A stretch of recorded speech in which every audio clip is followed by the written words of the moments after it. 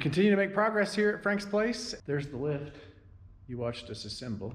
We got the cars off the lift. Franklin's actually next door, next to Birdie. The El Camino's outside. The Carmen Ghia that was sitting here, I just pushed under through the lift, and it's just on the other side of that door, outside. And now I'm installing the caster kit. This is a hinge pin. It goes through a hole in the post. Go on now. All right, get that through there. What happens is you lower the lift and it basically uses gravity to lift itself up. Then we're gonna push the lift back over here, and ultimately we're gonna get it in today. We're gonna get it in its next resting place. I don't wanna say final because everything's subject to change, but I want it right here. I want it here again because where it's at now, that light and the garage door, if you look at the garage door, when the garage door is open, you lose about 2 feet of vertical height. So as I raise cars up, I got to worry about the garage door. I got to worry about that light. I guess I have the same light over here, but over here, it's more of a clear area for lifting cars. And so that's where I want it for now. So today we're going to push it over there. Got all 4 casters on. Now I'm going to lower the lift and see how this works. It's the first time I've tried this. Let's see how it goes.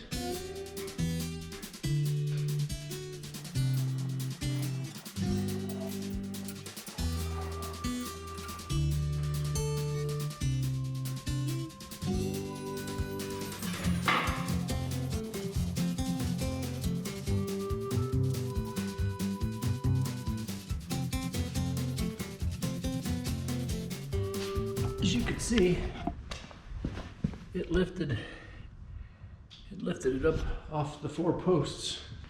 It's now sitting on the casters. So I think I'll clear some of this junk away, unplug it, and see how hard it is to push.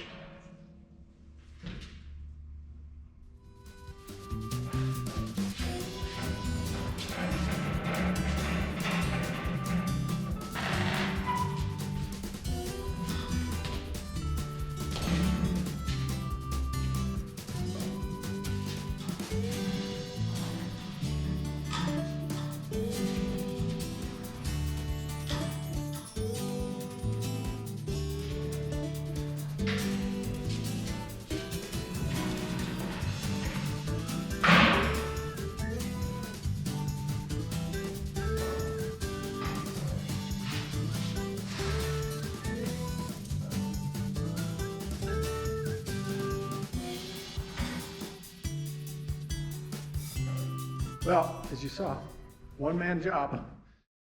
I'm trying to figure out if I want to rotate it 180 degrees because the pump is here and it's limiting the width of this area. I could push it over this way a little more, but then it's consuming more of the shop. If I spin it around 180 degrees, it puts the power unit here, which isn't terrible, but there's no power. So I'd have to run an extension cord. Oh, there's power up there. I could run the extension cord. Looks like MB's here. Who is it? Hi. It's MB and Disco coming to help. They're a little late. I've already got it moved. I did. Just push the Carmen Ghia back in. Oh, jeez. And to help me decide something, I was just talking to the people. The power unit's over there. Because I just did this. Yeah. And I was looking over here, and man, it really confines this space. So the other option is to rotate it 180 degrees. The power unit would be over there. Well, so after, you probably heard some of that. After talking about it, we think it's better if the power unit's here. We can plug it into the outlet that's on the ceiling because it confines that space less. But it's not easy to steer. No, because gravity is. Yeah. Watch that power unit. I can't watch the power unit. Is it rubbing on anything? Contents of this shelf over here. It's like a merry-go-round. Uh-oh. Uh-oh. Uh-oh. Stop.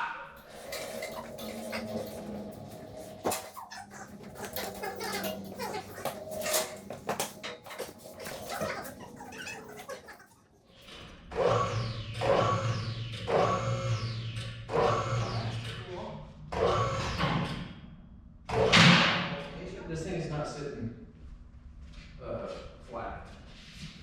It's because the floor's not flat. Well, are they flat? Is that one flat? This one is. Is this one? Yes. It's awesome, isn't it? How that works? Let's see if it's stable. That's pretty good. As you see.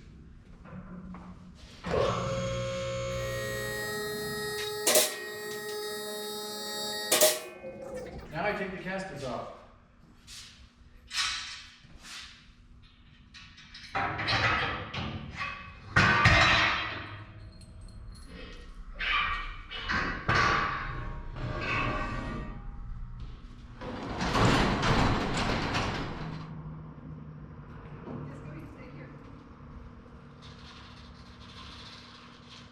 When I look at this car, I think how cool it is.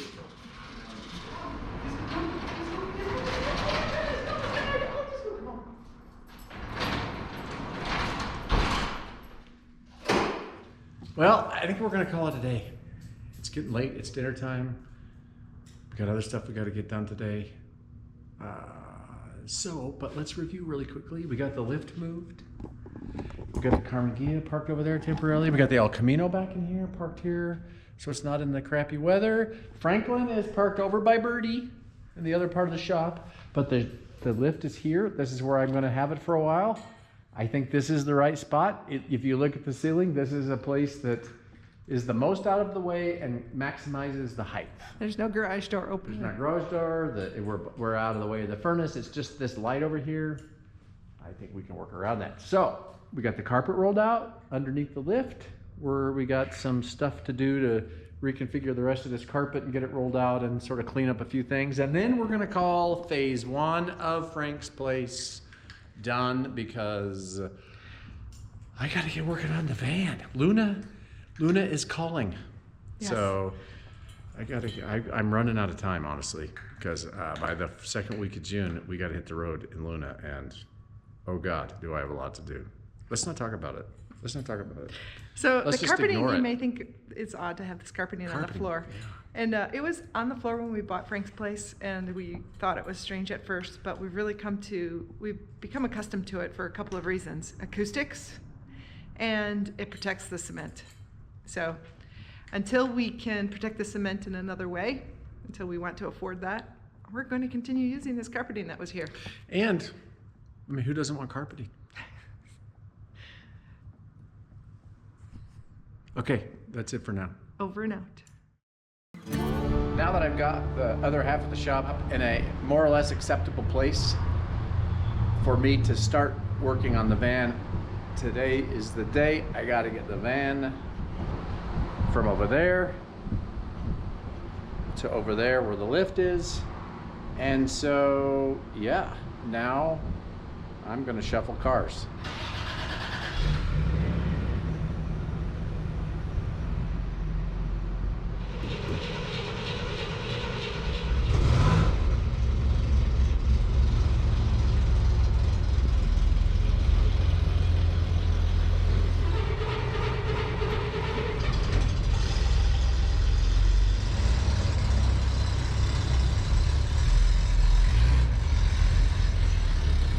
Well, the good news is I got them all started.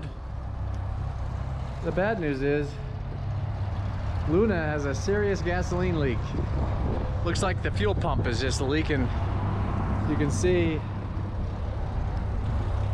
this huge puddle of gas, and you can see this is the fuel pump, and it's just pissing out gas.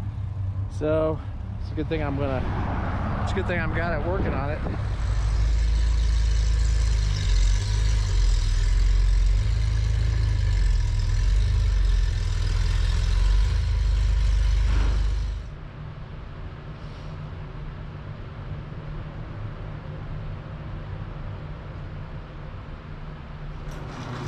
that's good.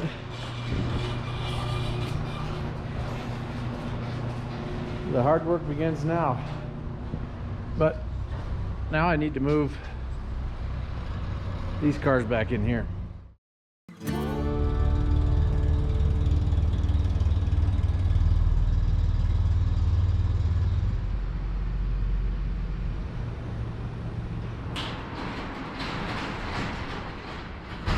Before we go further and discuss what exactly we plan to do for the Luna refresh, I'd like to make sure we're all on the same page about what Luna is. Luna is a 1962 Chevrolet Corvair Greenbrier van. Chevy made these Corvair trucks from 1961 to 1964, and in addition to the van, they also sold a ramp side with a side loading ramp and a load side, which was the same truck without a ramp. In 1965, they only produced the van version. They made the car version of the Corvair from 1960 to 1969 in various configurations and trim levels. There are some unique aspects of the trucks and vans worth noting. Like all Corvairs, the drivetrain is in the rear, much like a Volkswagen bus. The driver sits above the front wheels and the steering control is forward of the front wheels, which is why these trucks are often referred to FC or forward control, because the steering controls are forward of the front wheels.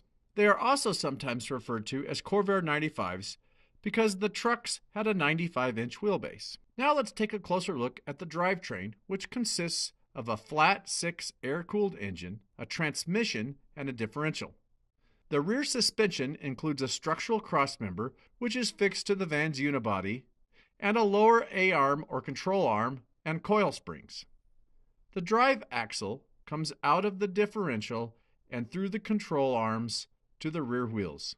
As the control arm pivots or swings, as the rear tires go over bumps in the road, the axle also swings. This type of rear suspension is often referred to as a swing axle independent suspension. Let's take a closer look at the Corvair engine, which is a flat 6 with 2 3-cylinder banks that are horizontally opposed. This configuration is also referred to as a boxer and is the same as the vintage Volkswagen, Porsche, and Subaru engine configurations. Since the Corvair engine is air-cooled, the cylinder heads and cylinders have external cooling fins, as you can see from this photo. A fan at the top of the engine provides cooling air, and this diagram shows the airflow, which starts at the top and then goes down across the cylinders and heads. This is a great animation which shows how the engine works. Note that the cam is powered by timing gears and the valve pushrods are contained in pushrod tubes under the cylinders. Okay, back to Luna and our Luna refresh project. Luna's drivetrain is functional, but at this point, one of Luna's biggest issues is oil leaks. So we'll remove the entire drivetrain for a thorough cleaning and reseal. While it's torn apart, we'll put completely new rear brakes, and given the suspension bushings and rubber parts are 60 years old, we'll give the rear suspension a refresh. Next, we'll move to the front and also give the front suspension and steering a refresh and all new front brakes. Other than the running gear, there are some other areas we'd like to include as part of the Luna refresh project, including repainting the white top, which is in pretty bad shape and surface rust is starting to come through the paint. We'd like to reupholster the front seat with close to original fabric as possible. The curtains are sun-faded and need to be replaced. And finally, the channels, fuzzies, and rubber parts for the roll-down windows are in desperate need of replacement after 60 years of UV exposure. This is not a restoration since Luna is a survivor, and we want to keep it as original as we can. Our objective is to preserve her and keep her safe and functional so we can use her. There are many other minor things that could be done, but we want to have her on the road so we can drive her to the National Corvair Convention in Wisconsin the 3rd week of June. This is a significant amount of work in a relatively short time, so let's get started. Well, I got the bed, I got the mattress and the sheets and the bedding out of here. I got some other stuff out of here.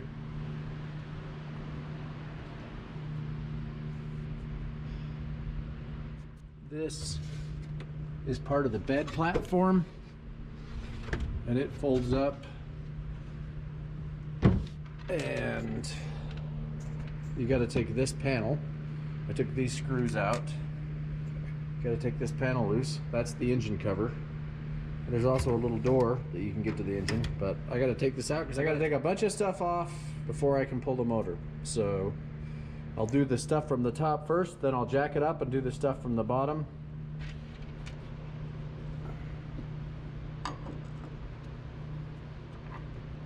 This thing is heavy. Very heavy.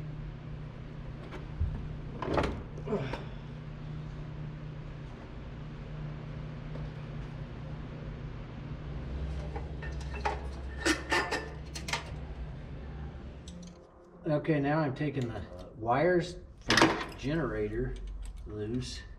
I try to mark as much as possible because I really just don't trust myself that I'm going to be able to remember where stuff goes. And it's easier to mark it than to try to figure it out or make a mistake later. So, yeah.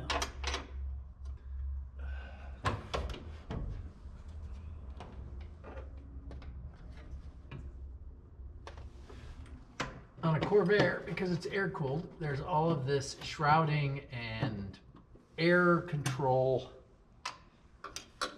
measures. Like there's these rubber gasket things that basically maintain allow the fan to maintain a pressure differential. So the fan's pulling air through the side vents of the van, creates a big negative pressure here to suck that air in and blow it down. If these rubber gaskets weren't here, then air would just recirculate and it would be pulling hot air into the engine. And so to keep these things running cool, you got to make sure all of this air ducting and air shrouds and all that stuff are in good shape. This stuff looks like it's original, so I'll probably end up putting new rubber while I'm in here.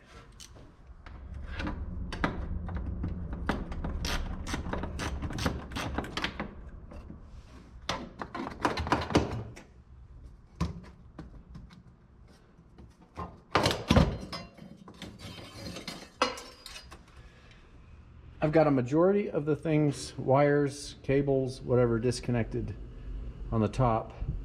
Now I'm gonna lift up the van and refamiliarize myself with what's underneath.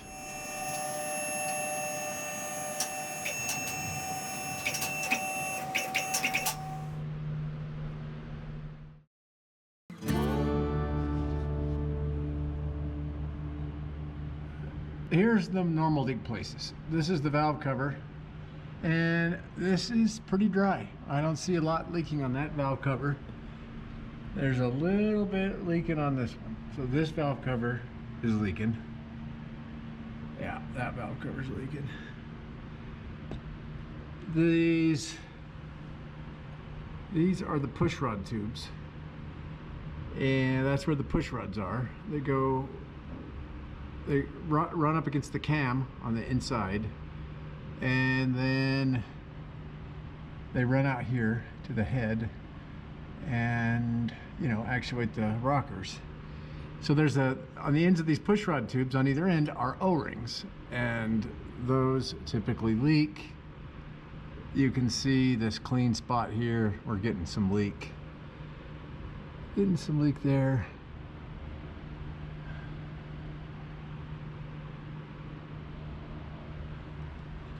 And on this side, same sort of thing. You're getting some leaks in the push rod. The oil pan is definitely leaking. This is the transmission. This is the differential. There's a bunch of oil here, likely coming from this shift. This is where the shift linkage goes all the way to the front. This shift linkage seal needs to be replaced. I'm guessing that's the only leak in the transmission. There's a seal in here So this leak here is coming from these yoke seals. There's a seal in here where it goes out and connects to the axle. That looks like it's leaking. The oil pan looks like the worst part. And then this leak here is coming from the front main bearing. So the clutch, the flywheel and clutch are in here, and there's a main bearing that I'm planning on, a main bearing seal, the front seal here that I'm planning on changing. I can't see in the front if the front seal's leaking, but I'll probably replace it. So that's why I got to do this major maintenance cycle. I got to get all these leaks fixed. There's my electric fuel pump. No leaks there. This thing is solid underneath.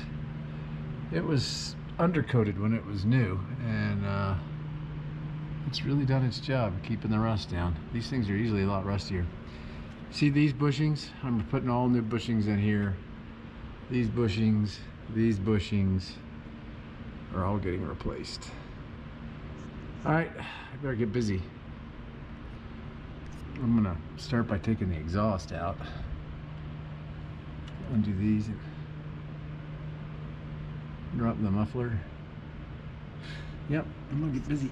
All right, I got the exhaust system loose. There it is. There it is. Put screws in there and label them.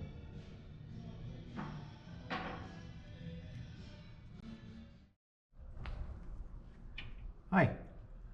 It's actually the next day. We tinkered around. You saw most of what we did, and then we left. It got late. Why did we leave? What did we do yesterday? Oh, we went over to. Oh no. Oh no. You It's been edited 2 yesterday. days. Oh Yeah. yeah. Today's Saturday. The last time we talked was Thursday. I spent all day Friday editing episode 35 of the Apollo mission. But today we're going to get this engine out, and we have to take the wheels off so that we can take the brake drums off so that we can undo the Pull the rear axles. axles. We got to pull the rear axles out to give clearance for the transmission and transaxle to drop down. Now, that means we got to jack it up. And We have the jack stand, the jack tray. we have the jack tray, but the came- jack tray doesn't get the jacks underneath this frame member, which is where I want to jack it up. So, but there's also this cross member, which I think in an emergency would be good to keep the van up. So what I'm going to do is I got this board. It's actually a very thick piece of plywood. It spans the rails. I'm going to put these 2 jacks underneath it, get the jacks out as far so that the distance between the rail and the jack is minimized. This board will be plenty strong for that. Then I'm going to get it up and I'm going to put these under here, but I'm going to expect the jacks to stay. I'm going to expect the jacks to hold it up. Now, if one of the jacks starts to leak or whatever, then it'll fall down on one of these safety stands so the thing won't fall. But I'm not actually going to set it down on the safety stands because I don't really want to stress this small cross member, but in an emergency, it would hold it. That make sense? Yes. But this isn't lined up correctly right No, now, right? because I have to jack it up. Right. I can't get it underneath there. So I'm going to put this jack here. How is it going to affect this thing?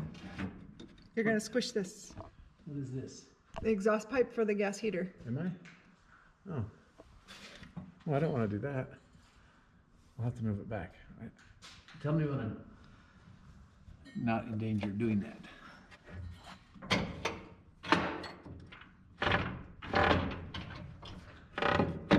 There. Okay.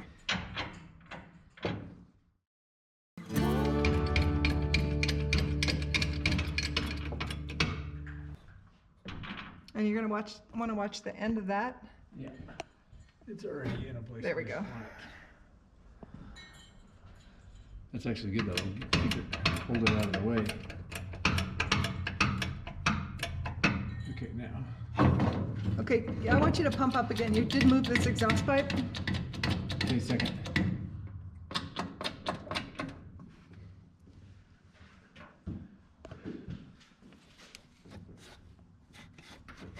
Pump this up again, and I want to see if it moves it anymore. If it doesn't move it anymore, it's fine. Yeah, it's good. It's okay. Okay, so let's see if we can get these under here in case of emergency. Make sense? Yep. And the front wheels are chucked up so the van won't move.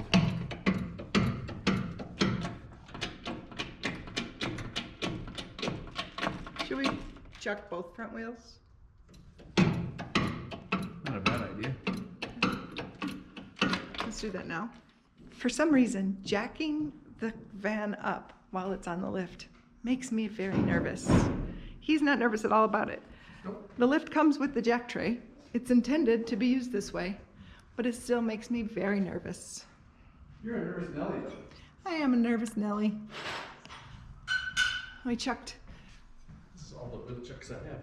How many chucks could a wheel chuck chuck if a wheel chuck could chuck wood? Now we have both wheels chucked. Both front wheels chucked. Chuck. What's up, Chuck? I just don't know. Oh. No, that's just the camber of the... Oh, that's the tires making that noise. I thought it was the piece of wood making that noise. No, it's the tires sliding because of the camber. You know how Corvair. I do. That was something. I'm gonna run out of jack. That sucks. I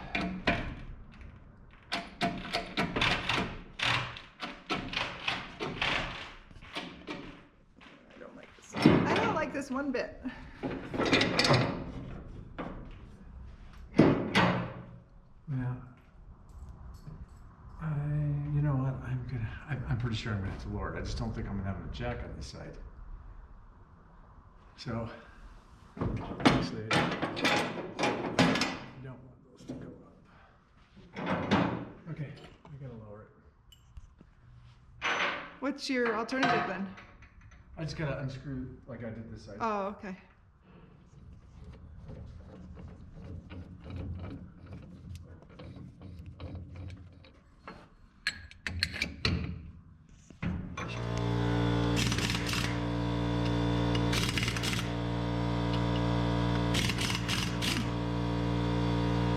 Here we go.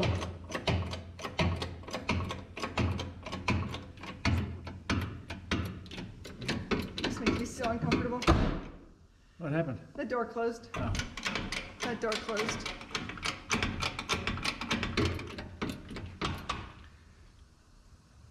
It's just the tire, I'm sure.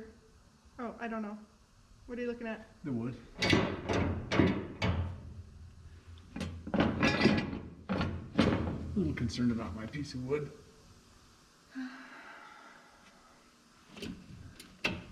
I'm not very good at this. What part? Managing my stress. Well, what's going to happen if the wood breaks is it's just going to fall down onto these jack stands. That makes me nervous. Well, that wheel's just about up. This wheel, yep, this wheel's, I see air. Yeah, I hear this. I hear this board cracking. Oh, that's disco. He's playing with this 4x4 here. Chewing on the 4x4, aren't you, buddy? This is where we're going to stop for part 1, but please stay tuned for part 2 of the Lunar Refresh project when we find out if the board we are using to jack the van up is strong enough.